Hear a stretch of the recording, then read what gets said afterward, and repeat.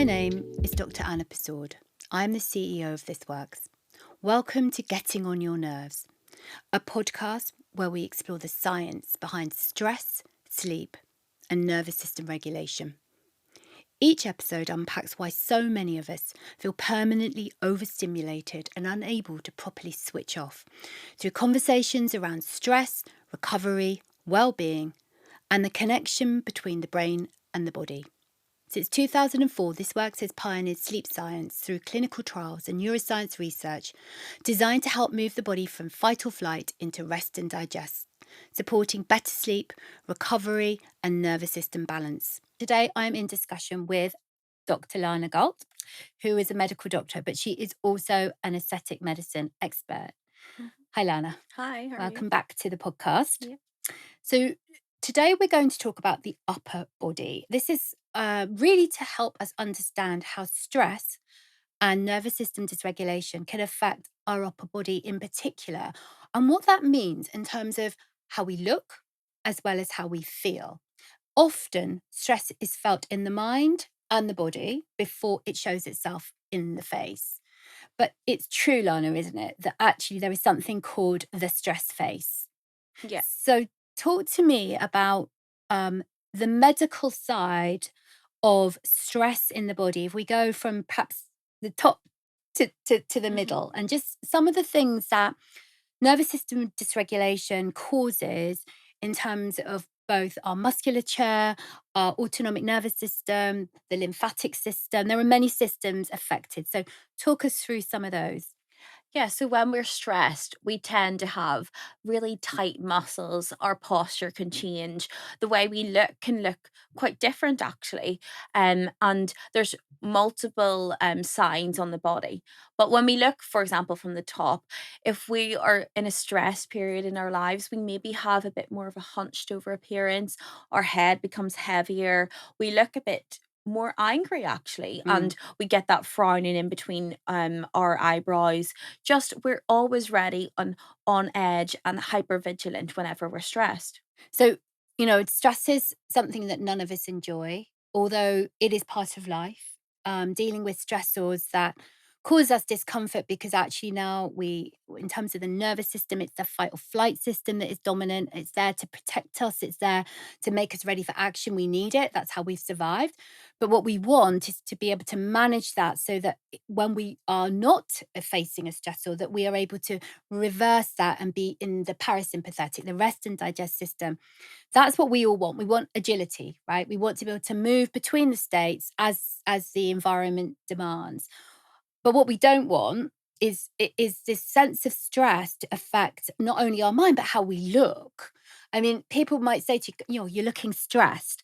Um, and in the short term, that might mean that, you look a bit fatigued. You might have, as you say, a frown because the eye muscles will tighten, right, to give you more focus.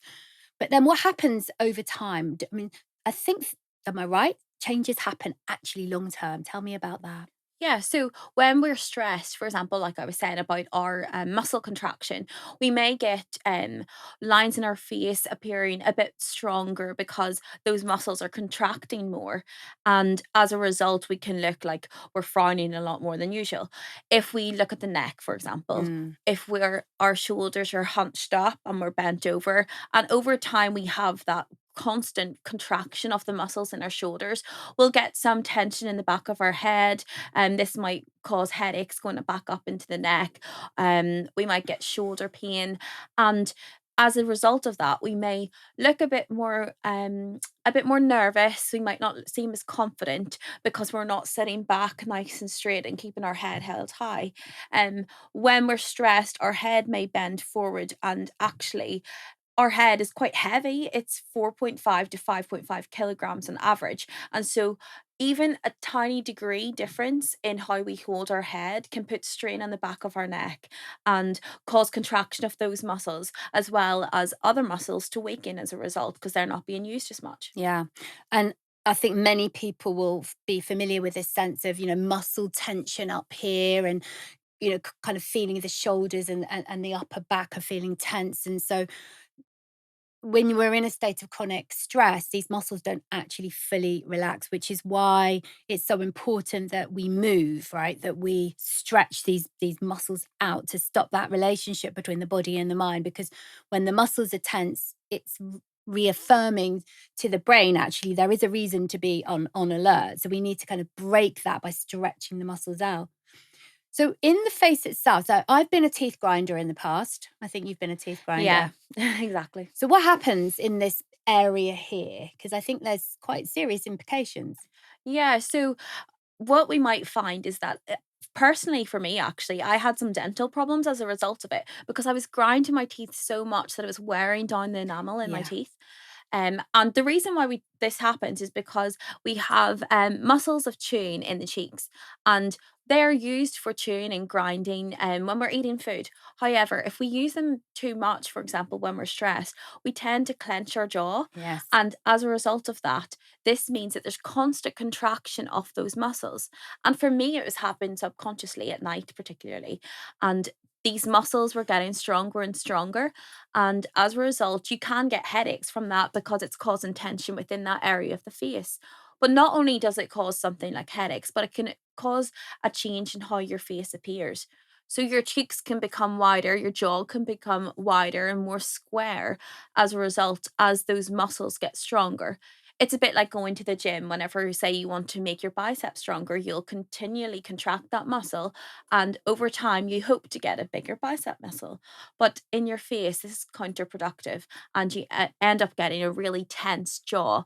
And you feel like you're tense all the time because you can feel your muscles really strong. Yeah, that is something I don't think people realize that actually chronic stress shows itself in the lower jaw and you feel it too, as you've said, in terms of headaches, neck aches. And I actually had a persistent earache for the same reason where, eventually it was diagnosed that this was because of tension in my jaw. So learning how to relax the jaw is a key, stress, anti-stress response, actually, something that's really important people learn.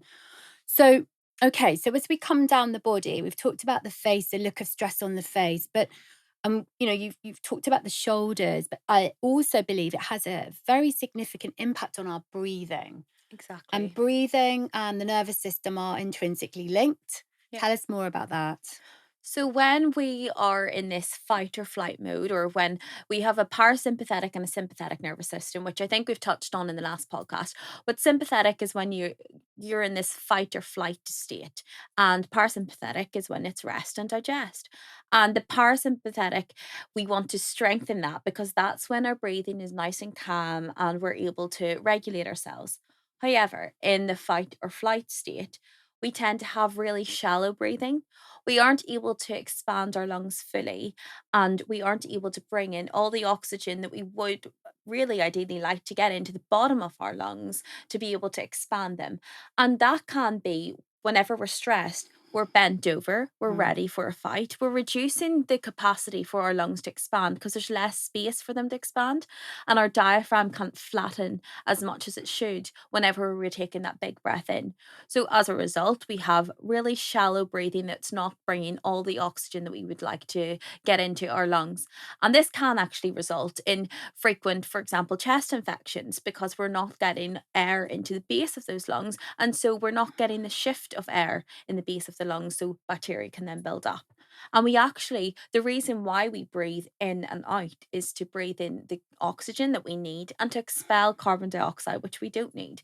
And if we're not able to expel all those gases that we shouldn't have, that we don't want hanging around in our body, then this can also cause problems within the body. So it's important to be able to stimulate the parasympathetic nervous system, which is the rest and digest, so that we can stretch our shoulders back and expand our lungs as much as we can and flatten the diaphragm to create that space so that we can bring all the oxygen in. Yes, and also when we choose to use breath techniques such as exhaling for longer than the inhale, or you do the physiological sigh, which is a big exhale, this can actually bring the parasympathetic into action, so it helps to override feelings of stress and anxiety. It's a very quick way. It's a tool we can all use when we feel that, we're overly activated, to just bring balance back. I think breath work is very, very powerful. Absolutely. And so, yes, thank you for explaining that. I think, stress is one thing, but also the way that we choose to work also has another impact. So, sometimes we can't do anything about the stressors around us, Mhm. but, we sit in chairs every day. Yeah. We use laptops, we use phones. Talk about how our lifestyle is also affecting our upper bodies. So we can have this phenomenon called tech neck, which tends to be if someone's a laptop user and they're there for multiple hours in the day, you tend to have like we'd said earlier, a bit more of a hunched over appearance. Your head becomes heavier and you're bending over and your posture becomes worse. And as a result, we get that tension in the back of our head, which we'd spoken about. But it also means that the muscles that we do want to engage, for example, in our back to pull back our shoulder blades, they become weaker because they're not being contracted as much. So we have this imbalance between contraction and relaxation, but not in the way that we want to. So we get the contraction that's constant and chronic, and so then our body becomes used to this tense feeling. Mm. In that position of leaning over, for example, on your laptop, that's bringing the body back to how we were years ago when we were ready to be in a fight.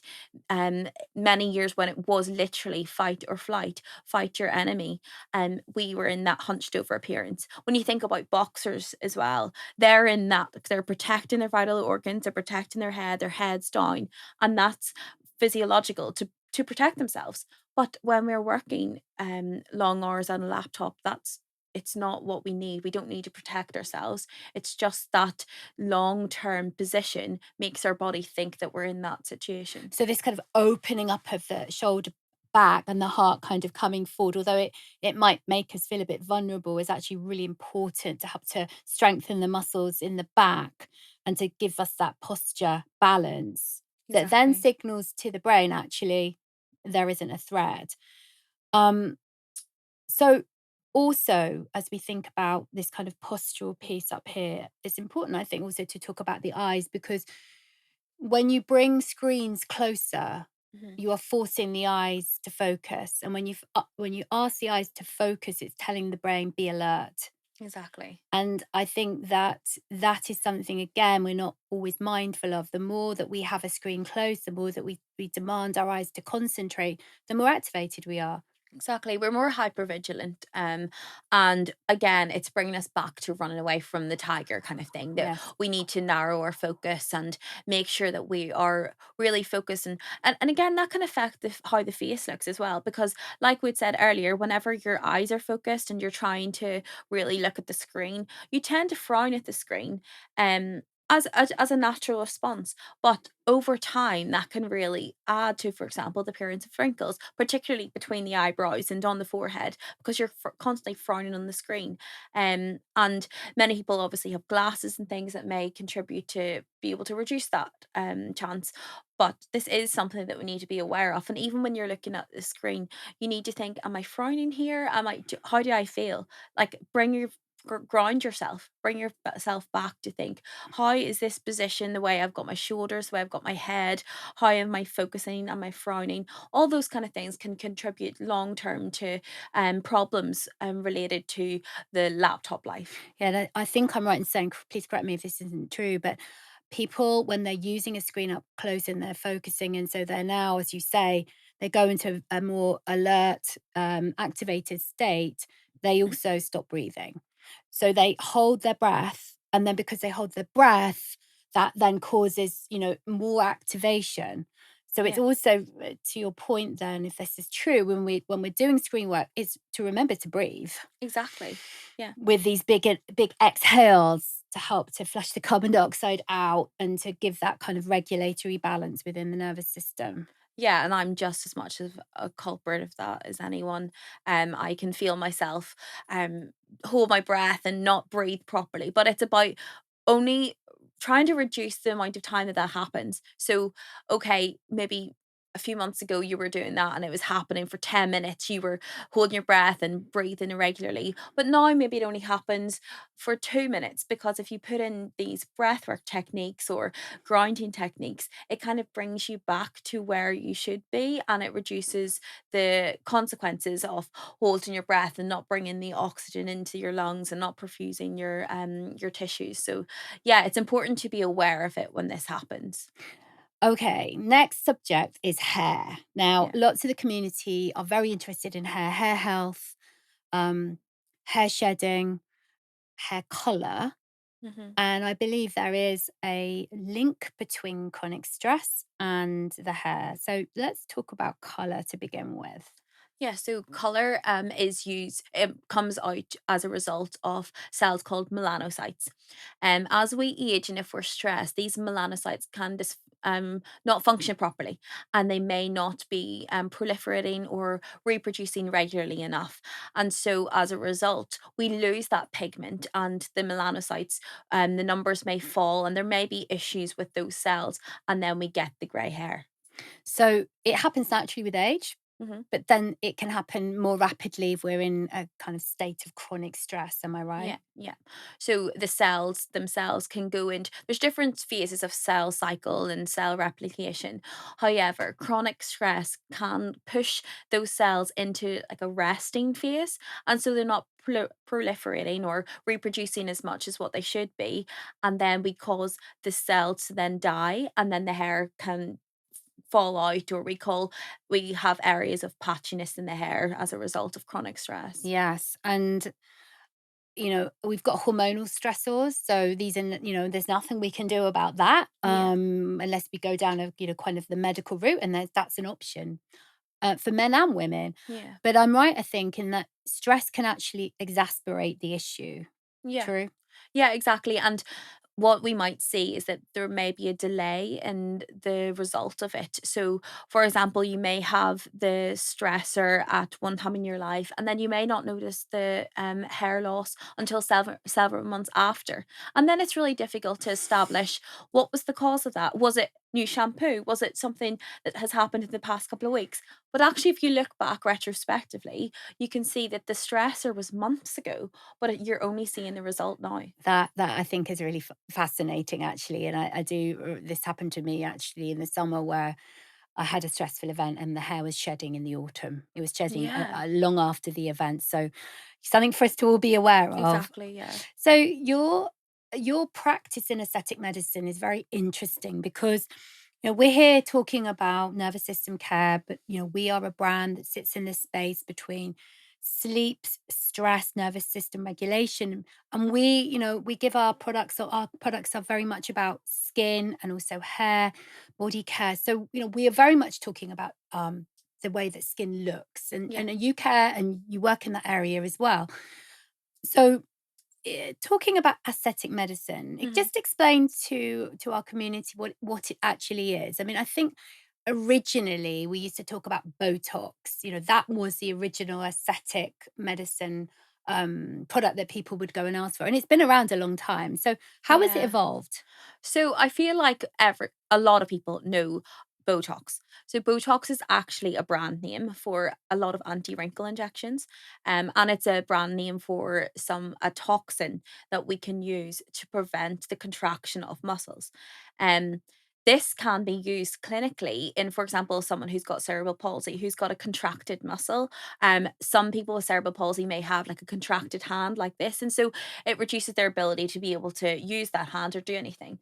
And injecting Botox into the muscles of the hand causes the hand to relax. And it does this by reducing the ability of chemicals to be able to fire to cause that muscle to contract. So when we want a muscle to contract, we tell our brain we need this muscle to become more tense. However, Botox blocks that message, and so it causes the muscle to relax.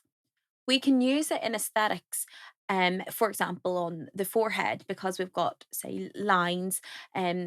and which can be associated with aging and repetitive use of muscles in the forehead. And as a result, we have some lines forming. Using anti wrinkle injections, or Botox is another word for it, means that we reduce the contraction of those muscles. So, for example, between the eyebrows, you may get a frowning and you may get lines in between the eyebrows. If we inject in between the eyebrows, this reduces the appearance of those 11 lines, is what we like to call them in the industry, um, so that we get a smoother effect. Mhm. Now, something like anti wrinkle injections doesn't always make your lines completely go away. It tends to only really work on dynamic wrinkles or dynamic lines, which are lines that are caused from moving. So, anti wrinkle injections or Botox tends to be the one thing that's like the household name of aesthetics. But there's many other treatments and things that we can use to, whether it be injectables or whether it be something like microneedling, or we can use other holistic therapies alongside the aesthetics. And that's where I feel maybe I don't have the same opinion as a lot of aesthetic doctors. However, I do think there is a role for both the holistic, preventative, medical, clinical side, whether it be skincare or whether it be, for example, red light therapy, which I know this works is producing at the minute. So there's a need for everything, and it's important to combine, and there's no one size fits all approach. It's quite personalized, and it's looking at how we can prevent, for example, aging, and age well by using all different aspects of wellness and health. I think, this is an interesting conversation point because, there are the camps that are, favor invasive treatments, and then the camps that say, I'm not doing that. I don't Yeah. want that, or I don't believe in that. Hmm. And I think, these camps, though, I think there's a middle ground that's beginning to evolve. I see it amongst the community and the people I know. These are menopausal women in particular Yeah. who are maybe using HRT, maybe not, but uh, they all want their health span to be as long as possible. They Yeah. want to live a long life, but they want their health to be good for the duration of their life. And we hear a lot about biohacking. There's a lot of investment going into ingestibles and injectables for prolonging life, if you like. Yeah. Um, and so then they look at their skin, and not just the skin on their face, but also the skin on their bodies, and they Yeah. think, well, actually, I want the skin on my body and my face to look good as I age. I don't expect to look like a 30-year-old Hmm. because I'm not, but I want to stay looking as good as I can for as long as I can. And now the science is available, and actually it's also accessible. So they are much more interested in aesthetic medicine and are more inclined now to blend it together with, as you say, holistic other types of wellness and health protocols. Yeah. So that includes exercise, that's going to include good nutrition, cutting down on alcohol, staying out of the sun, using hormone replacement therapy, perhaps, and then maybe lasers Yeah. using red light. And so your area, so I would like to know more if you can, because I don't think everybody understands what skin boosters are. Like, Yeah. what's the skin booster? Explain. Well, we can use skin boosters or something called polynucleotides as well. They're quite similar. For example, the polynucleotides is something that's quite a big thing at the minute in the news and in health and wellness. So it's actually made from salmon sperm. And it is used to be injected into the skin, and it stimulates your cell's own what we call as fibroblasts. And fibroblasts are responsible for collagen production. Yep. And so as we age, from the age of around 25, we lose approximately 1% of collagen every year. So this is really important. From the age of even 25, we need to think about how can we keep our collagen. And going back to what collagen is, it's like the scaffolding or the structure for your skin. And as we age, that collagen breaks down, which can mean that structure isn't there and we get a bit more sagging or more wrinkles. We lose definition in our Exactly. jaw. We lose definition in, like, with the skin is hanging, as you say. Exactly. Yeah. And so many people people want to use their own body in a way to be able to stimulate and make that collagen just so we can have healthier, more glowing skin. And as a result of polynucleotides, they can stimulate your body's own fibroblast and therefore collagen production so that you can then have that stronger scaffolding. And we can look at things like, for example, microneedling as well. When you have a course of microneedling, it may increase the collagen production by 400%. Wow. And that's using your body's own response by stimulating your own production of collagen. But we can only do that if we're doing other things alongside it. For example, you mentioned exercise. As we get older, particularly in menopausal women, our body mass may increase and our muscle mass may decrease. So it's really important for strength training and to stimulate the muscles regularly.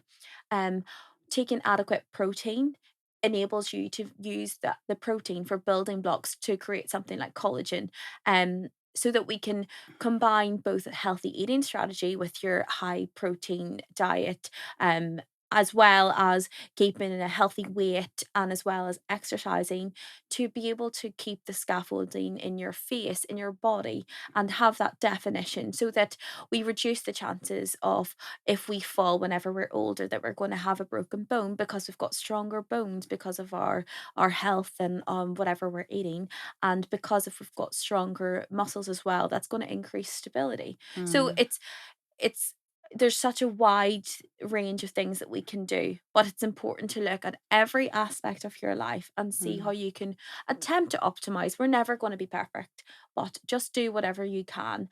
And the little amount of effort that you can put in to be able to optimize your health and to be able to age better for longer. If that's all you can do, that's better than nothing. Yeah, so I think it's a really powerful message actually, and thank you for bringing us back to looking at the things that are within our daily lives that we can do to help our own health and well-being and how we look, our appearance. So stress management, one of the foundations of stress management is sleep.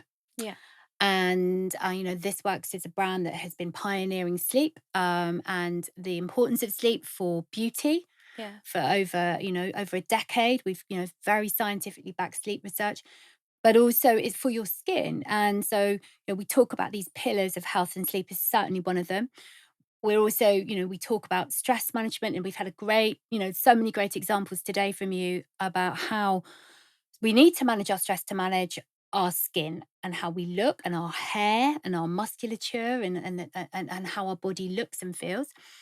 We also need to look at our nutrition, and Mhm. you made a really great point about protein, the building blocks. But not only, right, because we also need to have fats in our diet. Exactly. We Yeah. need carbohydrates, we need roughage. So that we talk about having this, very importantly, a balanced diet and hydration, right? Really Yeah. important for skin health. Um, and then being able to manage our nervous system, because the nervous system in its own right will cause aging more rapidly, unless we, because it has an inflammatory effect, it has a lymphatic effect. These are all physiological impacts that can age us more rapidly. And then how do we bring movement in, and Mhm. then we look at your world of medicine that is has been designed to give us longer skin health. Yeah. And actually, is it just about how I look? It's actually not only about how I look, it's how the skin is behaving. Yeah. And it's about how, like, even in aesthetics, it's about how you feel as well. Like, even if I give someone a course of anti-wrinkle injections and they've used their SPF and they're eating healthy and things, like, the injections that I give may actually just give them that tiny bit of confidence. Now, I think it's a red flag to me if someone's coming in and really self-conscious, they haven't tried anything else, there's other things going on in their life, then I need to hold back and be like, is this really what you want? However, it can have a beneficial effect.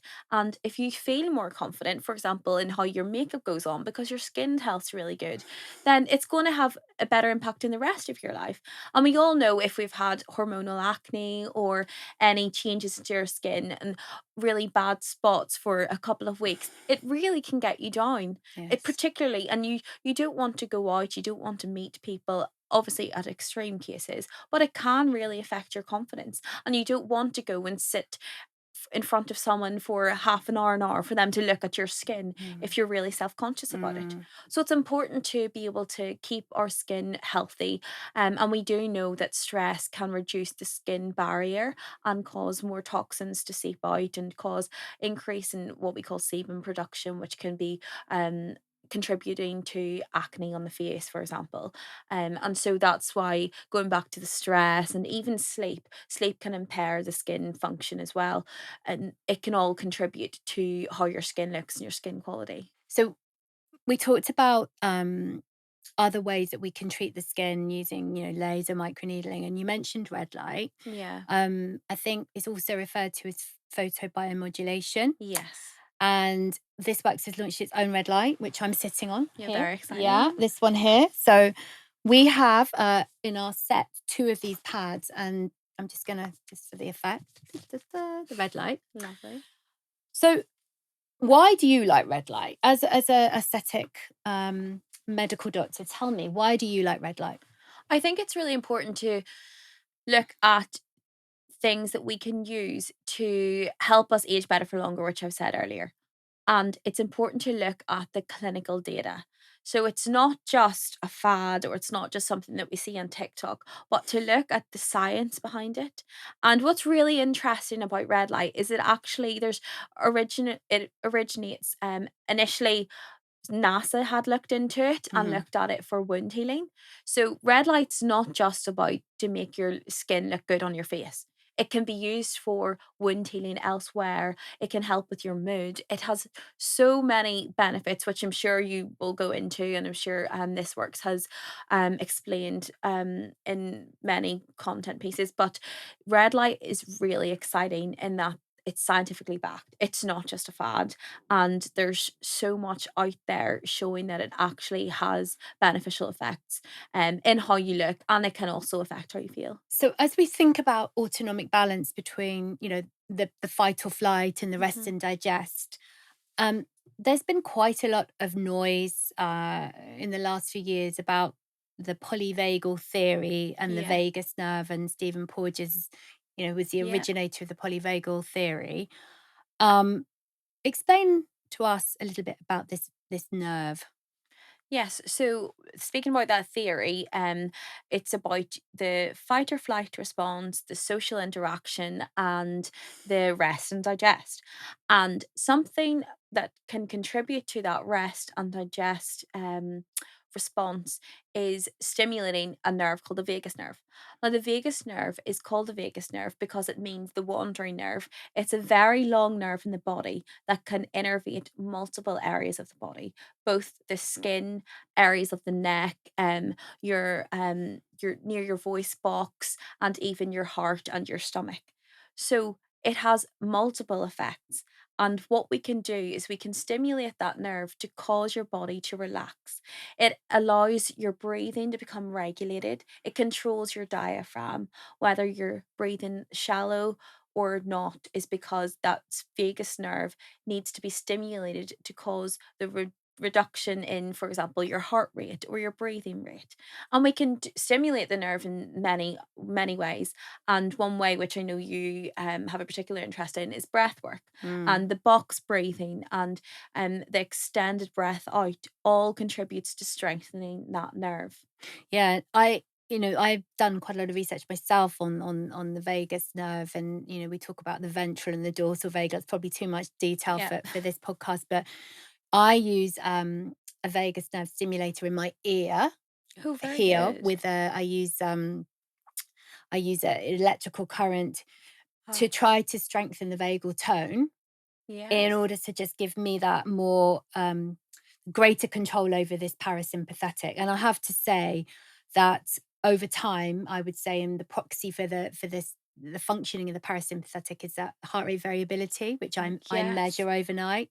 And Yeah. I would say that by stimulating the vagus through the ear, that my HRV has been trending up over the period of the last year since I've been using this system. So, using breath work is great. Yeah. I think singing is another great way. Am I right? Yep, and humming as well is Humming, the really, bee. yeah. So if apparently if you are humming, it's stimulating the nerve as well. So it's all these little things that can really contribute. And for example, even using something like singing as well can Yeah. really help. And they have this concept of how people in a choir, Yes. you all come together, so you're getting the social aspect, but you're also getting the vibration of your vocal cords, and all of that can contribute to that more relaxed and rested response. Also touch. Yes, So effective touch, which is a type of touch technique where it's a very slow exactly. cadence of touch on the kind of hairy areas, hirsute areas of the skin, can also bring into play the vagus nerve. What I think is fascinating, actually, is that humans have all of these ways to manage their nervous system that they don't necessarily realize are, daily things they can do. We've evolved to survive. The Yeah. fact we've got stuck, many of us, in vigilance, hypervigilance, is because we're allowing our lifestyles and our use of technology to keep that part of our nervous system constantly activated.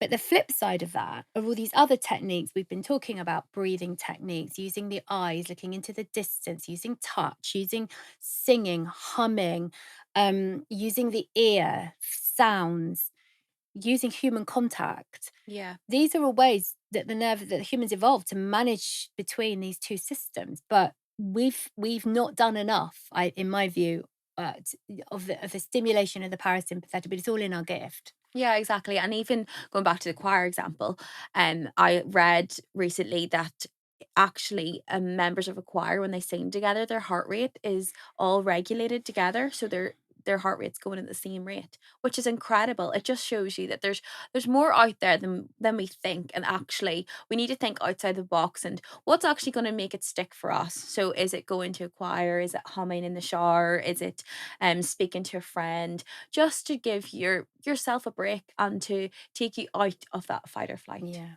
Thank you so much for bringing all of your knowledge, all of your insight into aesthetic medicine and how it sits alongside other holistic ways to manage our nervous system and our wellness. It's been an absolute pleasure to see you today. Thank you. Problem. I've loved it again. Thank you. I am talking to my friend and colleague of over 30 years, Mithra Nandu. Hello, Welcome, Anna. Mithra. Thank you for inviting me. It's an absolute pleasure, Mithra. Today, we are talking about the upper body edit. Yeah. The focus has been on how stress can affect our upper bodies. We're talking about musculature, we're talking about nervous system regulation, and we're talking about beauty. hmm So when I think about beauty, I think, well, who do I know that has aged the most, like, timelessly, who today is actually 58, right? Yes, it's my birthday. So you are 58 today. you are 58 today, which is an amazing feat for someone who Mm. looks as fantastic as you do. Thank you. Um, and you have been an ambassador and model for This Works for over the last 5 years. Yeah. And I think it's really, an absolute credit to you. You look amazing and your skin is amazing. So I'm really happy you're here today as we talk about the upper body and we talk about aging and we talk about, looking good, feeling great. hmm I'd like to know more from you about what you do to look as amazing as you do. So tell me, Mithra, Yeah. what's the secret to having the upper body that you have today? Well, I have to say, I have worked in the beauty industry since I was 19. So I literally left school and went straight into the beauty industry. So I have always looked after my skin. Other things that I've done over the years, I've never smoked, I've stayed out of the sun. I've always used products that work, that deliver. So I'm a huge fan of Perfect Cleavage. As you know, I've been using it for 14 years. Yeah. Couldn't go without it. And, just generally looking after myself. I think the more you look after your body, the more you look after your mind. I'm naturally a very kind of anxious, stressy, hypervigilant person. So I try and bring those routines in to calm myself as much as possible. And I also swim, which I love, but not really for my body, more for my mind. Because I find that when I'm swimming, I'm really in the moment and I'm not overthinking.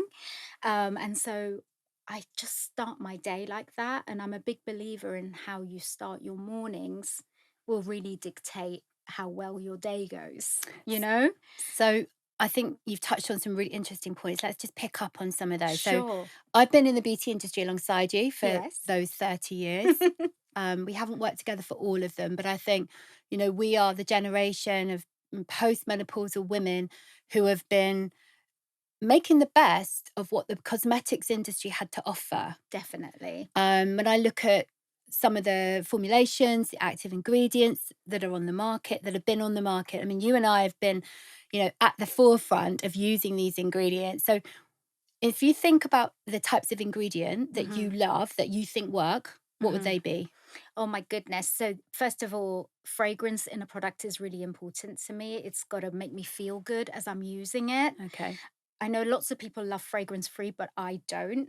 If I pick up a fragrance free product, I'm like, where's the smell? So we know we can use fragrances for different reasons so that, they activate certain areas of the brain. We know that the actives are really important because in the long term, I want to see results.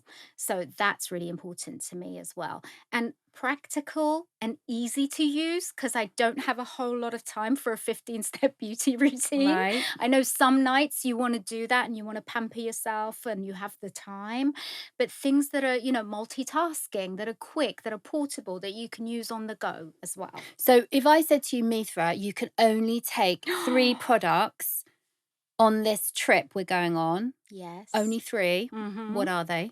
Okay, definitely perfect cleavage and neck serum. Could not be You without could it. also use it everywhere on your body, right? Yes, absolutely right. And I've started using it in my. On the bingo wings. I Not mean, that I, you've got I them, think but that that's a technical term, but yes, definitely.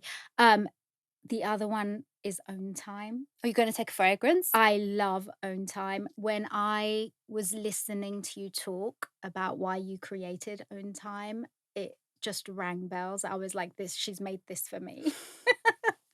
Because, in the evenings you get home, you're so busy, the last thing you're doing is taking care of yourself, especially if you have children. Yes, Um, so it's really made a difference to my evenings. So that's I amazing. I'm couldn't be very without it. Couldn't be without it. And last but absolutely not least, it would be Skin Deep Dry Leg Oil because that is an oil that I don't just use on my legs. I use it all over the body. I use it after swimming as well because the chlorine can really dry out your skin. okay. So we've given you the three products. You've Hmm. taken a body lotion that Yes. you can use everywhere. It's a serum, perfect cleavage. Yes. We'll come on to the cleavage in a minute, Mithra, because you've got you've got a very famous cleavage. Um, you're you're going to take Skin Deep Dry Leg Oil, which you could use on your hair and on your face. Yes. Okay, and Yeah. it's deeply moisturising, very rich in omega, it's very rich in antioxidants. Yes. And you're going to take Own Time as a regulating fragrance to help you to balance your nervous system. Yeah. Good choices, Mithra. Good Thank you. choices. I'm glad you approve. Yes. Okay, so I've been talking with Dr. Lana Gault about the upper body and the Yes. things that happen in the upper body. And, what can we do if we're trying to delay aging and increase our health span and the health span of our skin? Hmm. One of the areas that we touched on was hair. Now, we're both in the industry, we're both in cosmetics, we're both in beauty. You made a decision to Yes. go grey. Tell me about that. I did. So I was dyeing my hair regularly and it was getting more and more regular. And it was quite reddish and it had quite a lot of like blonde highlights. It was quite brassy.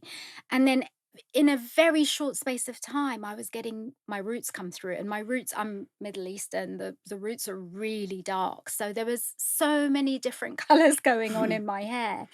And it was time consuming and the condition of my hair was really dry as well. That's the other thing when you're constantly dyeing it. And so, you know what? I just made the decision to go and see someone who is a grey blending expert. And it took a few appointments to get my hair color back to its original hair color and just let the grays come through. So the grays are coming through.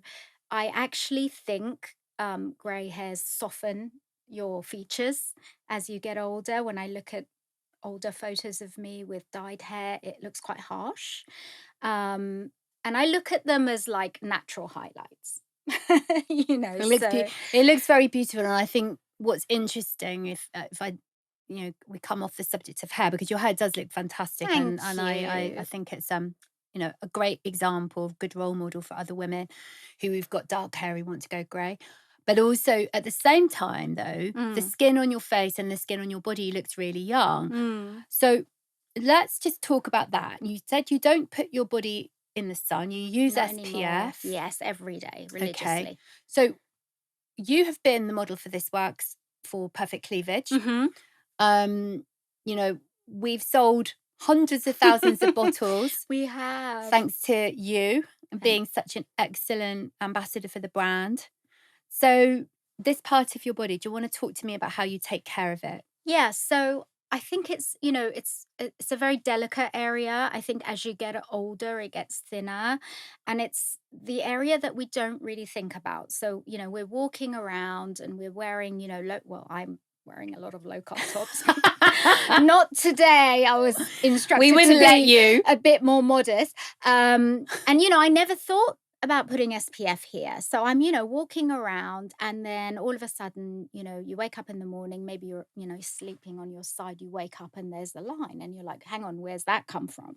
Yeah. So then I got more religious about it, and I love to use our natural scrub, which is the Himalayan salt scrub with oils on this area. Cleavage, I upped it from just once a day to morning and night. SPF, if I'm out and I'm wearing something that's a V-neck or a low cut, SPF, and I bring cleavage all over the bust, right up to the jawline and also the back of the neck. So we talk about how the back of the neck also supports the bust, and quite often we completely neglect it. Um, so that I do all of those things religiously. And it's interesting to me because in my travels, obviously I do a lot of training. I go to lots of different stores, and I've met a few men that use cleavage on their neck now because they're constantly looking down on their phones and they have that tech neck going on. Mm. So lots of men using it as a neck cream as well. But yeah. Interesting. And also, I would say you said at the beginning you go swimming every day. So as we Hmm. think about this upper body piece, you are Yeah. also using movement and using these muscles. Yes, yeah, I swim about 3 times a week. I really think, those days where you get out of bed and you stub your toe and then you miss your train and then there's a catalogue of things that go wrong. I really believe this is something that I've learnt at This Works. How you sleep is important, but also how you wake up is really important. So if I can, I'll swim before work. Um, and yes, I'm using the muscles, I'm exercising. And something that I've started doing on my days off at the weekends is having a bath in the morning. Yeah. It's very luxurious. It's like time spent well. And again, you wake up and you feel like this is a great start to my day. And this is part of our body to mind philosophy, where Mm, we know that the body sends messages to the brain as well as the brain sending messages to the body. So, if we are trying to achieve autonomic balance where we're able to manage our stress and, not just that, but enjoy feelings of positivity, joy, pleasure, all of the great emotions, yeah. we also need to think about what we're doing with our body. So, having a bath in the morning helps your body to relax, helps you feel good in your skin. Yeah. And then no doubt you have a body care routine that goes afterwards, including touch, then that would make complete sense as to how that Mm, helps you go into your day in a good absolutely. frame of mind. I think that's a really excellent recommendation, There Mithra. isn't there isn't always time to do it, but if it's a day off or if it's the weekend, I'm not working. Obviously, I don't want to be late. So sorry, Anna, I'm in the bath. We might let you off. If it's a really great way to start the day if you're relaxing. So, Mithra, yeah, I mean, you do look amazing. And one of the Thank you. things that I always love is when we go on shoots, we always invite you and we invite other staff members who sometimes are 20 years your junior, Yeah. and you're on the set with these younger women There's an intergenerational bond. You are a great inspiration to the team. I think they all look up to you and admire you Thank and want to you. grow up to be like you in terms of how you look. At least you look amazing. So, how do you view aesthetic medicine? Like, what's your view on it? I just think it's up to personal choice. I don't think we should put ourselves under pressure. I think there came a point where I said to myself, do you know what? I'm 50 something. I don't want to look 20. I am who I am. And I think when I hit 50, I started doing things like Botox like religiously, and I was quite, focused on it. And then after a while I was like, do you know what? I don't want to, I'm not trying to look like a 20-year-old. I am who I am. So now if I do it, I usually do it if I'm feeling like I look a bit angry, like up here, but only like once a year or something. And I think it's really important to find someone who, as an esthetician, is ready to tell you no. Yes. Because, the guy that I was seeing, the doctor that I was seeing, I asked him to do my lips and he, he said, you'd look ridiculous. And he refused to do them. So I think it's good to find someone that will say no to you as well. So, do your research if you're going to do it. Mithra, it's been a delight to spend time with you because I've known you so long. I love you a lot. I love you too. Happy Thank you. birthday. Thank you so much for joining us today. My pleasure. Thank you so much for inviting me. So we're not at home today. We're in the studio. So I haven't done my step one, but ordinarily, if I want the chest and neck area to look its best, I would start off with our 100%, our perfect 100% natural scrub. So this is a scrub that I use on dry skin. Just massage it onto the cleavage area and right up to the neck area, and then rinse it away. Dry the skin, and I would follow with perfect cleavage and neck serum. One of the things I love about this product is how lightweight it is. As we said, this area is very thin, it's very delicate. The last thing you want to be doing is using a heavy cream that's going to pull or drag the skin. So, this is really lightweight. It's almost like a lotion. You're going to apply it on the bust area and also on the neck. You're going to bring it when you're doing the neck right up to the jawline. And you can see it penetrates into the skin so, so easily and so quickly. And also, don't forget the back of the neck. The back of the neck is really important because it also supports the bust. Next up, if you want to give your skin that beautiful, gorgeous, instant glow, Perfect Legs Skin Miracle is not just for legs. So, this product, we use caramel for the color, gives your skin a beautiful golden tone. Nothing to stop you applying it anywhere else if you're wearing a V-neck onto the chest area. It also has some actives in it, so vitamin C, vitamin E, and arnica as well. And the best thing about Perfect Legs Skin Miracle is at the end of the day, it just washes down the drain. So if you are someone who's concerned about fake tans, the smell, how the color is going to turn out, you don't have to worry about any of that with Perfect Legs Skin Miracle. Hello, my name is Dr. Anna Persaud and I am the CEO of This Works. And today we want to talk about how can we learn to manage our nervous system to give us more flexibility to move from fight or flight into rest and digest.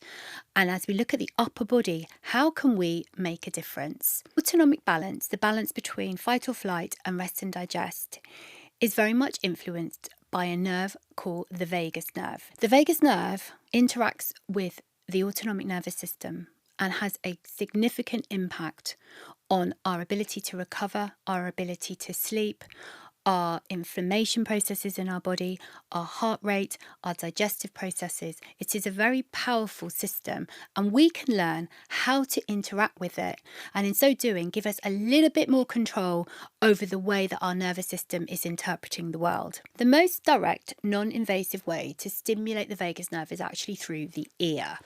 And in particular, this part of the ear called the tragus.